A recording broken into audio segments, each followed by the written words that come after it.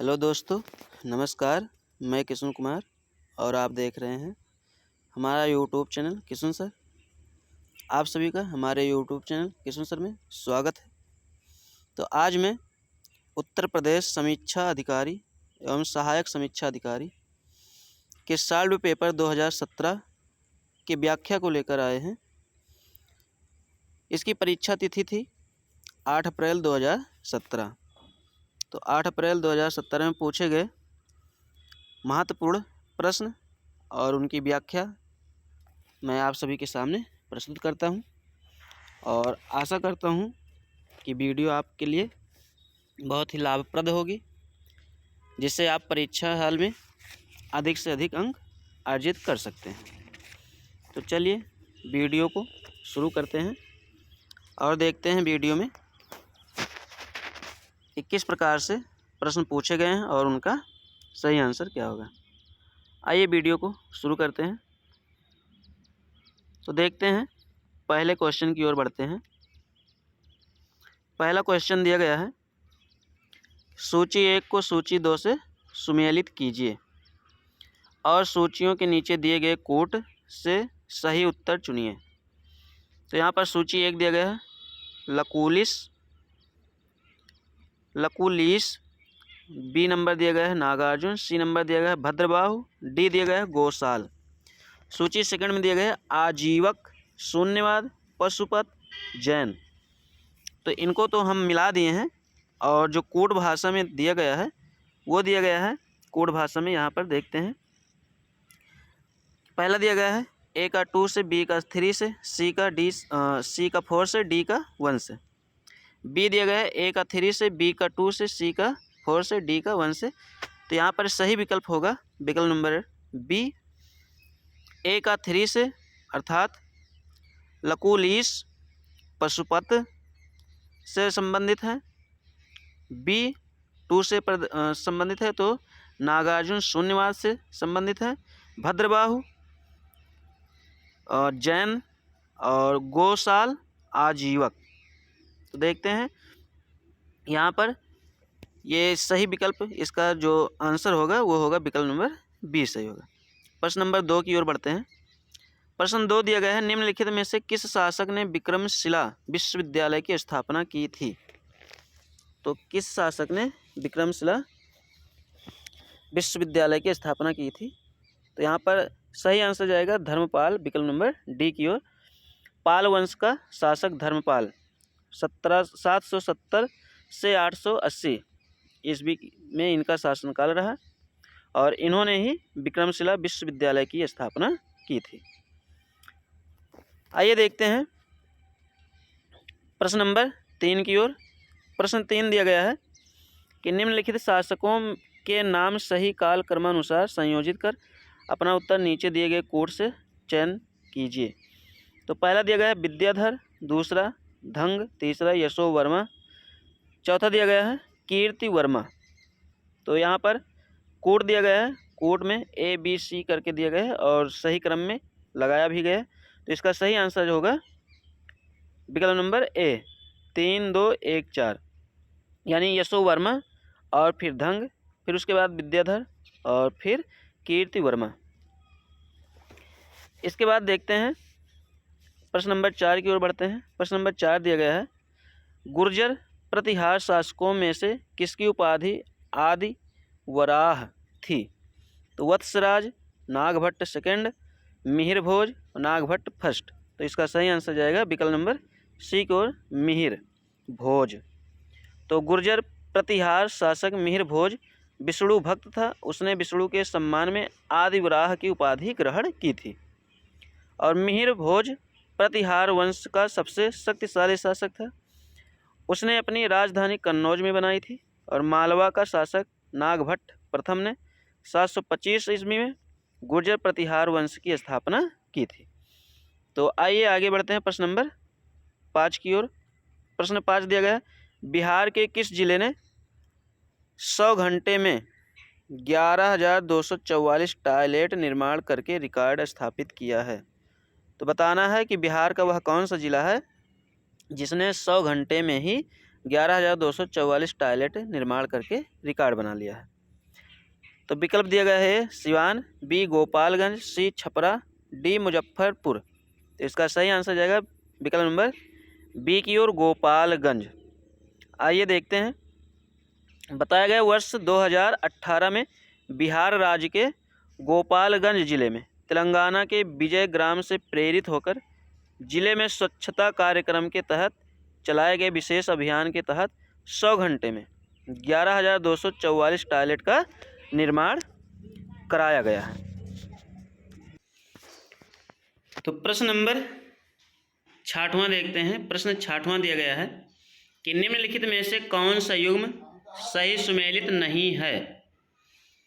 तो यहाँ पर एक दिया गया है कॉलम अभिलेख, दूसरा दिया गया है शासक। तो पहला ए नंबर दिया गया नासिक गौतमीपुत्र, बी दिया गया हाथी गुम्फा खारवेल, सी दिया गया भितरी पुलकेशिन द्वितीय और डी दिया गया है गिरनार रुद्रदामन प्रथम। तो इसका सही आंसर होगा विकल्प नंबर सी भीतरी पुलकेशिन द्वितीय। तो यह सही सुमेलित नहीं है। तो इसका सही आंसर क्या होगा? भीतरी अभिलेख गुप्त शासक स्कंदगुप्त से संबंधित है। तो इसका सही आंसर होगा भीतरी अभिलेख गुप्त शासक स्कंदगुप्त से संबंधित है, ना कि पुलकेशिन द्वितीय से। तो प्रश्न नंबर 7 की ओर बढ़ते हैं। प्रश्न 7 देखते हैं।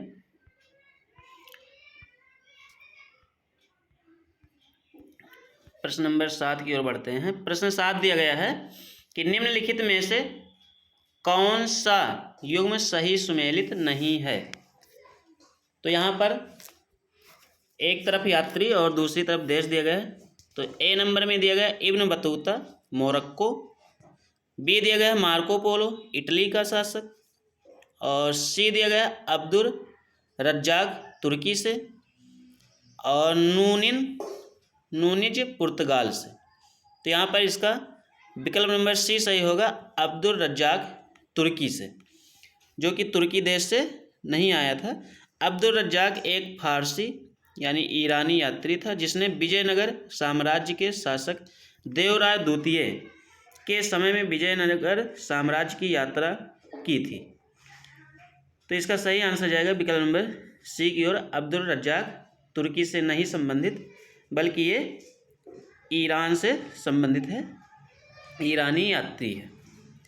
प्रश्न 8 की ओर दिया गया है कि निम्नलिखित घटनाओं पर विचार कीजिए तथा इन्हें कालक्रमानुसार व्यवस्थित कीजिए। पहला दिया गया मोहम्मद तुगलक द्वारा राजधानी का स्थानांतरण, 2 दिया गया है अफगानपुर षड्यंत्र, सी दिया गया जलालुद्दीन खिलजी की हत्या, और चौथा दिया गया है तराइन का द्वितीय युद्ध। तो कोट में इसका कोट सही होगा कोट नंबर ए।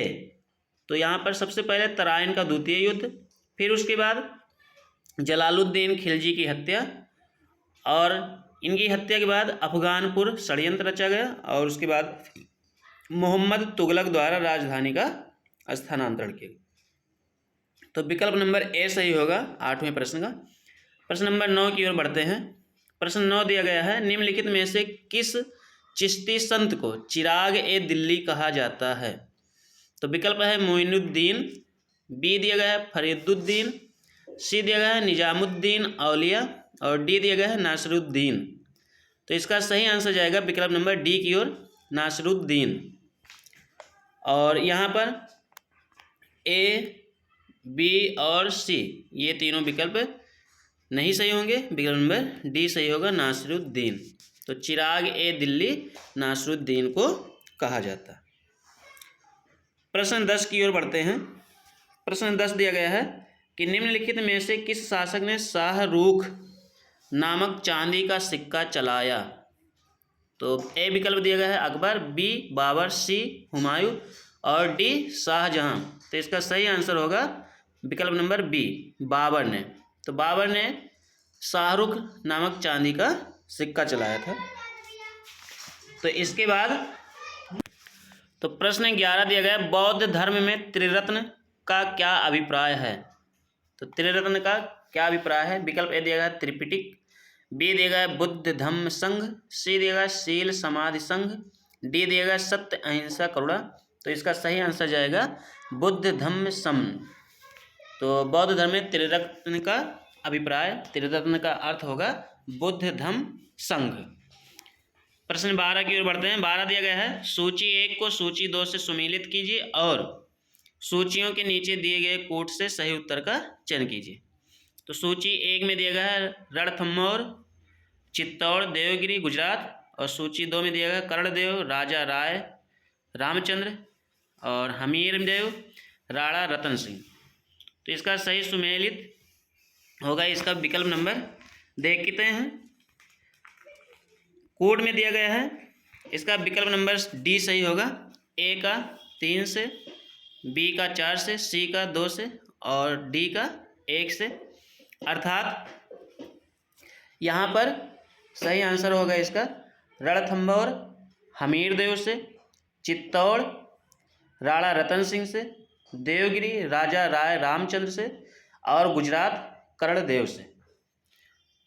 प्रश्न 13 की ओर बढ़ते हैं। प्रश्न 13 दिया गया है चंपारण कृषि जांच समिति का सदस्य निम्नलिखित में से किससे कौन नहीं था। तो विकल्प ए दिया गया है FG स्लाई, बी दिया गया DJ रीड, सी दिया गया अनुग्रह नारायण, डी दिया गया महात्मा गांधी। तो चंपारण कृषि जांच समिति का सदस्य बताना है कि निम्नलिखित में से कौन नहीं था। तो इसका सही आंसर जाएगा FG स्लाई। तो प्रश्न नंबर 13 का सही आंसर जाएगा FG स्लाई। तो ये FG स्लाई चंपारण कृषि जांच समिति के सदस्य नहीं थे, जबकि महात्मा गांधी के वर्ष 1917 के चंपारण सत्याग्रह के दौरान चंपारण एग्रेरियन समिति का गठन किया गया था, जिसके अध्यक्ष FG स्लाई थे। तो इसका सही आंसर जाएगा FG स्लाई की ओर। प्रश्न 14 की ओर बढ़ते हैं। निम्नलिखित घटनाओं पर विचार कीजिए। गांधी इरविन समझौता, सांप्रदायिक पंचलाइट निर्णय और तीसरा दिया गया द्वितीय गोलमेज सम्मेलन, चौथा नेहरू रिपोर्ट। तो बताना उपरोक्त घटनाओं को उनके कालक्रमानुसार व्यवस्थित कीजिए तथा नीचे दिए गए कोड से सही उत्तर चुनिए। तो कोड में दिया गया है विकल्प number A, B, C, D। तो इसका सही आंसर जाएगा विकल्प नंबर डी की ओर। तो नेहरू रिपोर्ट, उसके बाद गांधी इरविन समझौता हुआ और गांधी इरविन समझौता के बाद द्वितीय गोलमेज सम्मेलन और फिर सांप्रदायिक पंचाट यानी निर्णय हुआ। तो विकल्प नंबर डी सही होगा। प्रश्न 15 की ओर बढ़ते हैं। प्रश्न 15 दिया गया सुभाष चंद्र बोस का राजनीतिक गुरु कौन था। तो विकल्प ए दिया गया GK गोखले, बी दिया गया CR दास और सी दिया गया है BC पाल, डी दिया गया है BG तिलक। तो प्रश्न नंबर 15 का सही आंसर होगा विकल्प नंबर बी CR दास, अर्थात चित्तरंजन दास। CR दास का मतलब चित्तरंजन दास, ये सुभाष चंद्र के राजनीतिक गुरु थे। प्रश्न 16 की ओर बढ़ते हैं। 16 दिया गया सूची 1 को सूची 2 से सुमेलित कीजिए और सूचियों के नीचे दिए गए कोट से सही उत्तर का चयन कीजिए। तो सूची 1 दिया गया अहोम, कोल, संथाल, मोपला और सूची 2 में दिया गया 1855 से 56, दूसरा दिया गया 1828, तीसरा 1921 और चौथा दिया गया 1831 से 1832 था। तो कोट में इसका सही आंसर होगा विकल्प नंबर ए, जो कि अहोम 1828 से संबंधित है, कोल संबंधित है 1831 से 1832 के बीच और संथाल संबंधित है 1855 से 1856 के बीच और मोपला 1921 से संबंधित है। आइए थोड़ा सा इसके बारे में विस्तृत अध्ययन देखते हैं कि अहोम विद्रोह, जो अहोम विद्रोह हुआ 1828 ईस्वी में असम में हुआ था। इस विद्रोह का नेतृत्व गोमधर कुंवर ने किया था। कोल विद्रोह देखते हैं तो कोल विद्रोह 1831 से 1832 ईस्वी के मध्य हुआ था, छोटा नागपुर में, जो कि झारखंड में है। इसका नेतृत्व भी गोमधर कुंवर ने ही किया था। संथाल विद्रोह 1855 से 56 के बीच में बंगाल एवं बिहार में हुआ था। इसके नेता सिद्धू व कान्हू थे। और मोपला विद्रोह वर्ष 1920 से 1922 में मालाबार अर्थात केरल में हुआ था। इस विद्रोह के नेता अली मुसलियार थे। तो प्रश्न 17 की ओर बढ़ते हैं। प्रश्न 17 दिया गया है कि निम्नलिखित में से किस शासक ने दीवान ए अमीर कोही विभाग की स्थापना की थी? तो विकल्प दिया गया है ए बलबन, बी अलाउद्दीन खिलजी, सी मोहम्मद बिन तुगलक, डी फिरोज शाह तुगलक। तो इसका सही आंसर जाएगा विकल्प नंबर सी की ओर, मोहम्मद बिन तुगलक। तो तुगलक वंश का शासक मोहम्मद बिन तुगलक ने कृषि की उन्नति के लिए एक नवीन विभाग दीवान ए अमीर कोही, जिसके लिए नए मंत्री अमीर ए कोही को नियुक्त किया गया। प्रश्न 18 की ओर बढ़ते हैं। 18 दिया गया ऑपरेशन रूबिकॉन वह कोड शब्द था जिसे भारत में ब्रिटिश सरकार द्वारा निम्नलिखित में से किस संदर्भ में प्रयोग में लाया जाना था?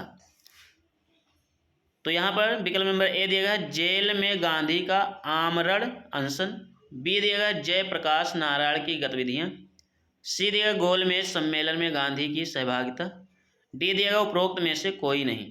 तो इसका सही आंसर जाएगा विकल्प नंबर ए की ओर, जेल में गांधी का आमरण अनशन।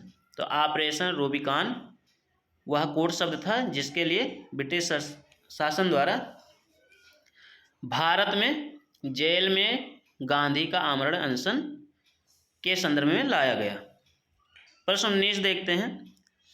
निम्नलिखित घटनाओं पर विचार कीजिए। तो दिया गया अगस्त प्रस्ताव, दूसरा पूना समझौता, तीसरा तृतीय गोलमेज सम्मेलन, चौथा सांप्रदायिक निर्णय। तो बताना उपरोक्त घटनाओं को कालक्रमानुसार व्यवस्थित कीजिए और नीचे दिए गए कोड से सही उत्तर चुनिए। तो इसका सही आंसर होगा विकल्प नंबर बी। सबसे पहले सांप्रदायिक निर्णय और उसके बाद पूना समझौता, फिर तृतीय गोलमेज सम्मेलन और फिर अगस्त प्रस्ताव। तो ये सही क्रम होगा इसका। प्रश्न 20 की ओर बढ़ते हैं। 20 दिया गया है निम्नलिखित में से कौन सा युग्म सही सुमेलित नहीं है?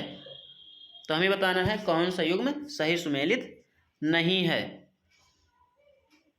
तो स्थानीय स्वशासन लॉर्ड लिटन, बी देगा सहायक संधि लॉर्ड बेलेजली, सी देगा राज्य अपहरण नीति लॉर्ड डलहौजी और डी दिया गया है अस्थायी बंदोबस्त लॉर्ड कॉर्नवालिस।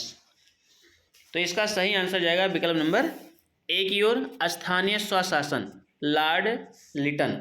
तो ये सही सुमेलित नहीं है। तो इसका सही आंसर क्या होगा?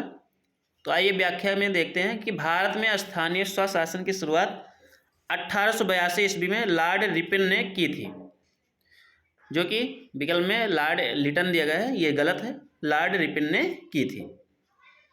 इसलिए रिपन को स्थानीय स्वशासन का जनक भी कहा जाता है। प्रश्न नंबर 21 की ओर बढ़ते हैं और 21 में देखते हैं। दिया गया है प्रश्न नंबर 21, सुमेलित कीजिए। तो हमें सूची दी गई और उसे सुमेलित करना। समाचार दर्पण, मिरात उल अखबार, केसरी, यंग इंडिया। और दूसरी सूची में राजा राम मोहन राय, दूसरा बीजी तिलक, बीजी तिलक का मतलब बाल गंगाधर तिलक, तीसरा महात्मा गांधी और चौथा जे.सी. मार्शमैन। तो देखते हैं जे.सी. मार्शमैन, इसका कोड दिया गया है विकल्प के रूप में। तो विकल्प इसका डी सही होगा, जो कि समाचार दर्पण जे.सी. मार्शमैन से संबंधित है। मिरात उल अखबार राजा राम मोहन राय से संबंधित है और केसरी बीसीजी तो बीजी तिलक बाल गंगाधर तिलक से पंजाब केसरी के नाम से जाना जाता है।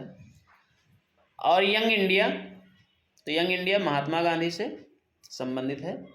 तो विकल्प नंबर डी सही होगा। प्रश्न 22 की ओर बढ़ते हैं। 22 दिया गया है कूका आंदोलन की नींव पड़ी थी। तो बंगाल में, बिहार में, पंजाब में, महाराष्ट्र में। तो इसका सही आंसर जाएगा विकल्प नंबर सी, पंजाब में। तो कोका आंदोलन की नींव पंजाब में पड़ी। प्रश्न 23 की ओर बढ़ते हैं। 23 दिया गया है कि निम्नलिखित में से कौन सा व्यक्ति आज़ाद हिंद फौज से नहीं जुड़ा था। विकल्प ए है major general Shah Nawaz Khan, B दिया गया है कर्नल प्रेम कुमार सहगल, सी दिया गया है कर्नल शौकत अली मलिक, डी दिया गया है मेजर करतार सिंह। तो इसका सही आंसर जाएगा मेजर करतार सिंह, जो कि आज़ाद हिंद फौज से नहीं जुड़े थे।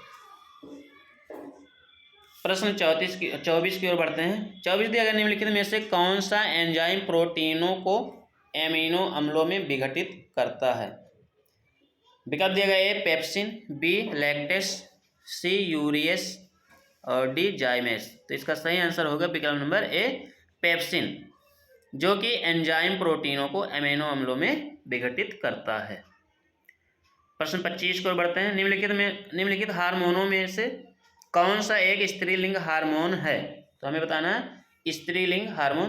तो विकल्प ए दिया गया एंड्रोस्टेरॉन, बी दिया गया है टेस्टोस्टेरॉन, सी दिया गया एस्ट्रोन और डी दिया गया है थायरॉक्सिन। तो इसका सही आंसर होगा विकल्प नंबर सी एस्ट्रोन, जो कि एक स्त्रीलिंग हार्मोन है।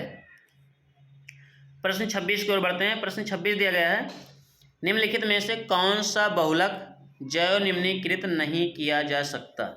तो हमें बताना है कौन सा बहुलक जैव निम्नीकृत नहीं किया जा सकता है।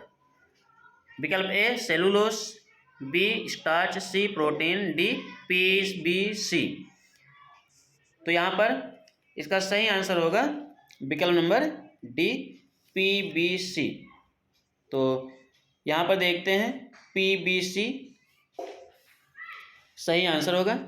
प्रश्न 27 की ओर बढ़ते हैं। प्रश्न 27 दिया गया है निम्नलिखित में से कौन सा युग्म सही सुमेलित नहीं है। तो पहला दिया गया एल्यूमिनियम बॉक्साइट, बी दिया गया कॉपर सिनेबार, सी दिया गया जिंक कैलामाइन, डी दिया गया आयरन हेमेटाइट। तो यहाँ पर विकल्प नंबर ए और सी डी ये तीनों जो धातुएं दी गई हैं इनके अयस्क हैं, जबकि विकल्प नंबर बी कॉपर सिनेबार इसका अयस्क नहीं है। तो सिनेबार मरकरी का अयस्क है, जबकि कॉपर का अयस्क ये नहीं है। तो आइए प्रश्न नंबर 28 को बढ़ते हैं। प्रश्न 28 दिया गया समुद्री घास निम्नलिखित तत्व का मुख्य तथा महत्वपूर्ण स्रोत है। तो आयोडीन, क्लोरीन, ब्रोमीन, इनमें से कोई नहीं। तो इसका सही आंसर जाएगा आयोडीन।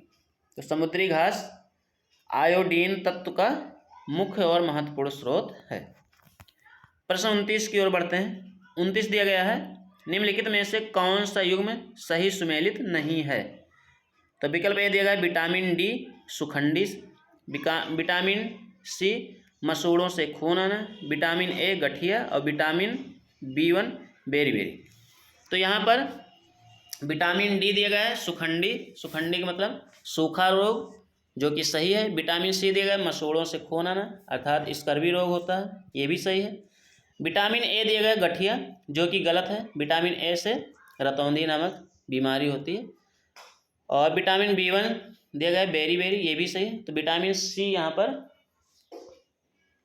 और प्रश्न नंबर 29 का विकल्प नंबर सी सही होगा, जो कि सही सुमेलित नहीं है। तो विटामिन ए की कमी से रतौंधी नामक रोग होता है, अतः विकल्प नंबर सी यहाँ पर सही आंसर होगा, जो कि सही सुमेलित नहीं है। प्रश्न 30 की ओर बढ़ते हैं। निम्नलिखित में से कौन सा युग्म सही सुमेलित नहीं है। तो क्लोरोमाइसेटिन टाइफाइड नासी, बी दिया गया क्रिस्टल वायलेट पूर्तिरोधी, सी दिया गया क्विनीन मलेरिया रोधी और डी दिया गया है एस्पिरिन निश्चेतक। तो यहाँ पर प्रश्न नंबर 30 का सही आंसर होगा एस्पिरिन निश्चेतक, जो कि ये सही सुमेलित नहीं है, जबकि उपरोक्त तीनों विकल्प सही सुमेलित हैं। तो इसका सही आंसर जाएगा विकल्प नंबर डी की ओर एस्पिरिन निश्चेतक। प्रश्न 31 देखते हैं। इस 31 दिया गया है मकड़ियों द्वारा उत्पादित रेशम कहलाता है।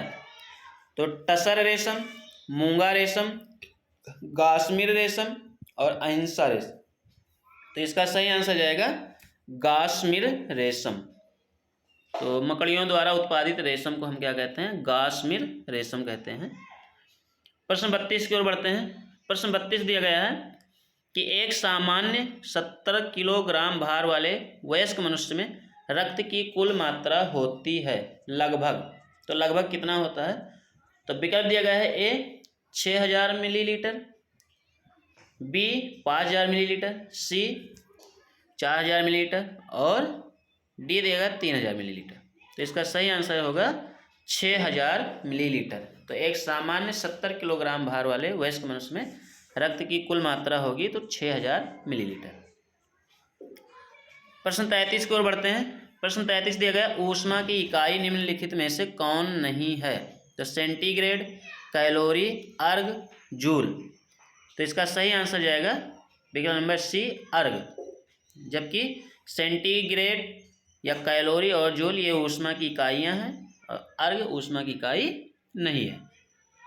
प्रश्न 33 के साथ ही वीडियो को समाप्त करते हैं। आप सभी को यदि हमारी वीडियो पसंद आए तो लाइक करें और अपने दोस्तों के पास शेयर करें। हमारे YouTube चैनल किशोर सर को सब्सक्राइब करें ताकि आने वाली हर एक वीडियो आप सभी को हम उपलब्ध करा सकें और जिसके सहायता से आप सभी पेपर में अच्छे से अच्छे अंक को हासिल कर सकें। तो फिर मिलते हैं इसी वीडियो को आगे लेकर नेक्स्ट पार्ट के साथ। तब तक के लिए धन्यवाद। जय हिंद, जय भारत।